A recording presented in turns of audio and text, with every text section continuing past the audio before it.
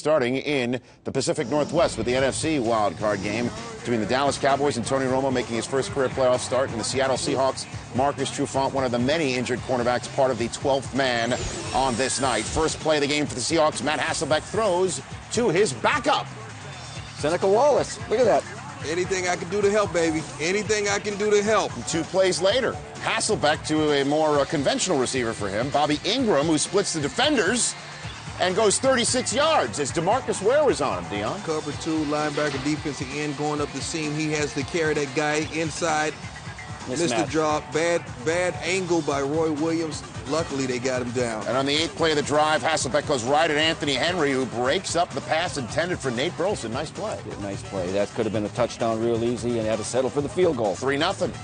After Dallas goes out, next play of the Seattle drive, first one, picked off. As Hasselbeck, he was hectored all night, and this pass is picked by Anthony Henry, who makes the play on the goal line, and the next play he makes the pick, and then the Cowboys' next play.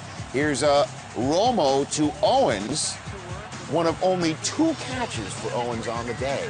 I think they only had 4 or 5 attempts to TO. That's not right for a guy of this caliber, a guy of this magnitude. You must get him more involved in the game. 4 plays later, Martin Gramatica was substituting for Mike Vanderjagt, cut for Gramatica midway through the season. 50-yarder ties the game at 3. Second quarter now. Seattle's second play of the drive. Sean Alexander.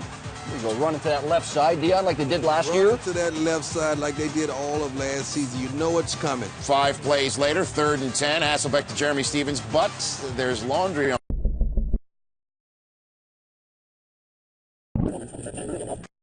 5 plays later, 3rd and 10. Hasselbeck to Jeremy Stevens, but there's laundry on the field.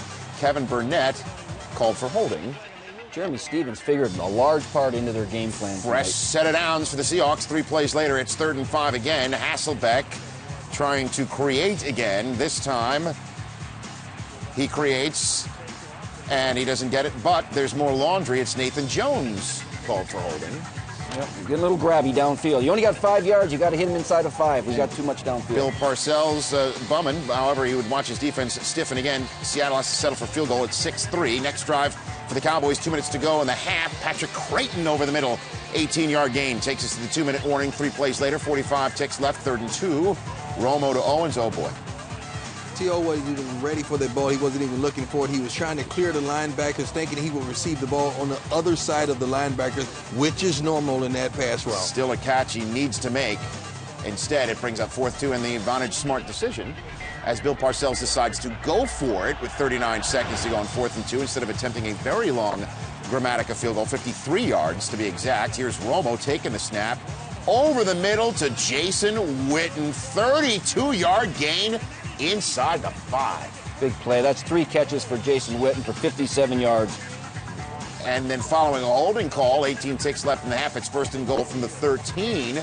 But no matter, Romo hits Patrick Creighton, who bulls his way into the end zone for the touchdown right before the half. 10 plays, 76 yards. Great play by Patrick Creighton, but come on, look at the footwork with Tony Romo. Let's go to the 3rd quarter now. After 3 and out for Dallas. 7th play of the Seahawks drive. Max Strong stuffed at the line. Let's bring out the chains. We're linked short. 4th and inches, Mike Homer.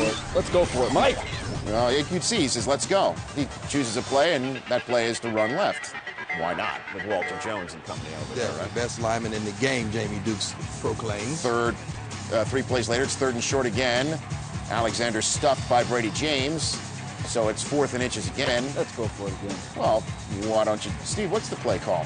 What's Homer saying? Let's read his lip. Oh, he's hiding from us. Yeah, he does. Let's go left. I think that's what he said, Moochie. First down as Walter Jones leads the way again. Next play, 12th play of the drive. Hasselbeck to the much maligned Jeremy Stevens touchdown.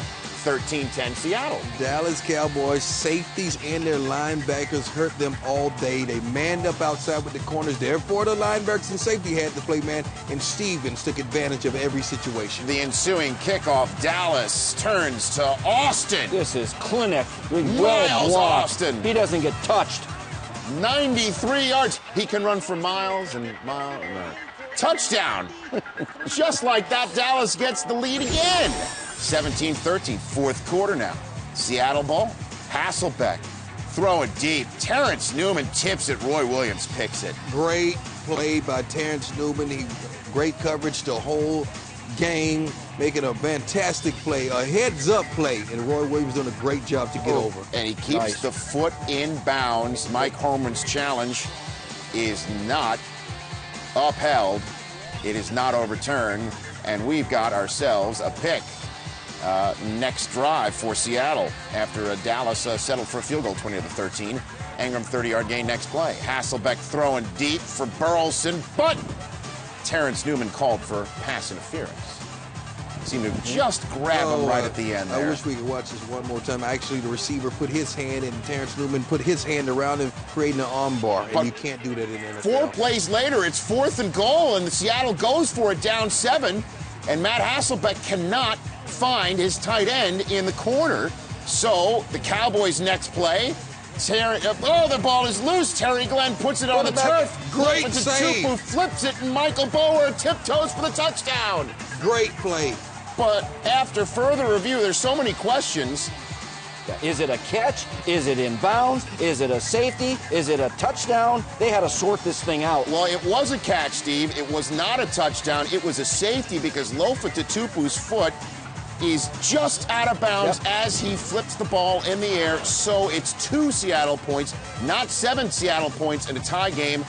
And that is the way it's 20-15. But after the free kick, it's good field position for Seattle. And up top, Hasselbeck to Stevens, touchdown. Same old play, cover 2. Linebacker has to carry the tight end up the seam. The linebacker can't run with the tight end in that situation. 2-point conversion, no good. 3 minutes to go. Seattle up just 1. A Dallas field goal would win it. Julius Jones, 35-yard gain to the 11 of Seattle. 3 plays later, 1:53 left in the game. 3rd and 7 from the 8. They decide to throw it, and Romo finds Witten for a first down. It is ruled a first down, but after further review, the booth buzzes down and says, let's check the spot. Witten does not get past the 1-yard line, so it is 4th in inches. So Dallas, instead of running out the clock and then kicking the game-winning field goal, have to kick the game-winning field goal or go-ahead field goal on the spot right then and there with 1:19 to go. And Tony Romo, the holder, can't get the ball down for Grammatica, and Romo almost runs for the first down anyway.